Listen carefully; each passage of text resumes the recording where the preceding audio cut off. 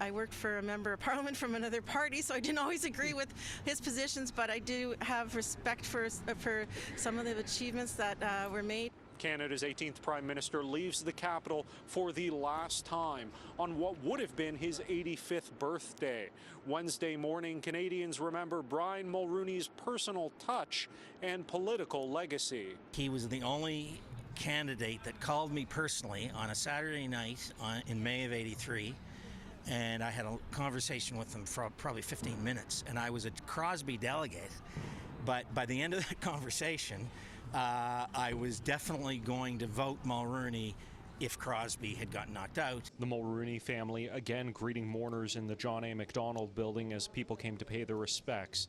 Some former staffers remembering both his personal charisma and political vision. History will treat him a lot better than he was treated while he was in office, particularly in the latter part of it.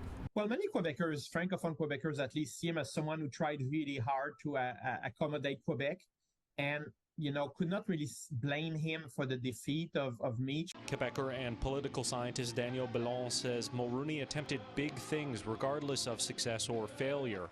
Bellon says the failure of the Meech Lake Accord led to Lucien Bouchard quitting the party along with other Quebec MPs to form the Bloc Québécois. His free trade policy and even the GST, though still unpopular, Bellon calls political successes.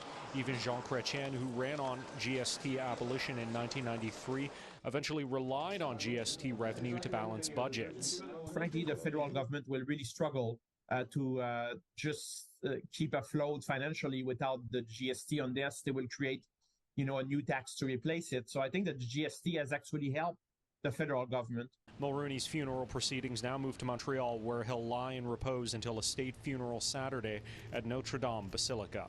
In Ottawa, Xiaoli Li, City News.